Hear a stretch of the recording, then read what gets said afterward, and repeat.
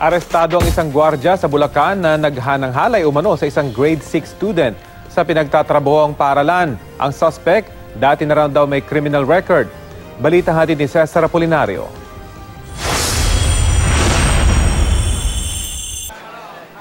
Sa likod ng rehas ang bagsak ng 46 anyos sa utility worker at gwardiya sa eskwelahan na si Ernesto Poblete. Matapos siyang umanong halayin ng isang grade 6 na estudyante sa Santa Maria, Bulacan nitong Lunes. Base sa investigasyon ng mga pulis, naglalakad lang noon sa loob ng paaralan ng estudyante nang hatake na takpan ng sospek ang kanyang bibig sa isang silid. Dito na hinalay ng sospek ang walang kalaban-labang estudyante. Matapos ang ilang sandali, dumating ang lolo ng biktima sa paaralan dahil hinahanap niya ang kanyang apo. Habang naghahanap, tumambad sa kanya ang apo na umiiyak sa loob ng silid habang kalong-kalong ng sospek. Agad na inaresto ng mga pulis si Poblete pero todo tanggi siya sa paratang. Hindi naman po totoong nangyari nun.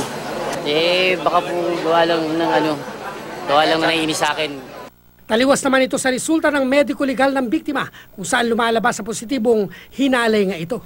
Kinumpirma rin ang biktima sa mga pulis na hinalay nga siya ng sospek. 2 beses na raw siyang pinagsamantalahan ni Poblete. Una noong brigada eskwela nitong Abril at ang huli ay nitong Lunes. Git pa niya, tinatakot siya ng sospek na papatayin siya at ang kanyang pamilya kaya hindi siya nakapagsumbong.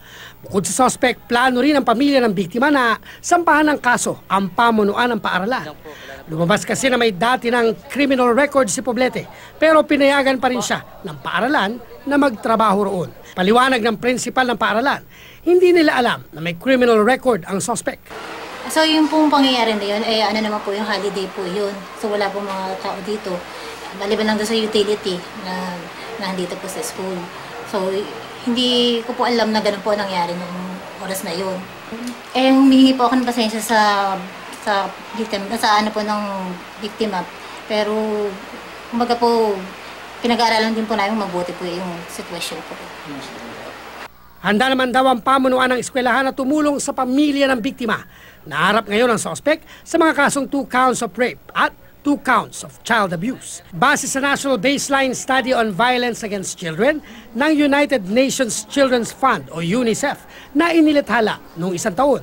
Lumabas sa mataas ang kaso ng iba't ibang uri ng karahasan laban sa mga bata sa Pilipinas. Sabi sa pag-aaral, 80% ng mahigit 3,000 at 800 respondent, edad 18 hanggang 24 mula sa 17 reyon sa bansa ang nakaranas ng hindi bababa sa isang uri ng pang-aabuso. Cesar Apolinario, GMA News.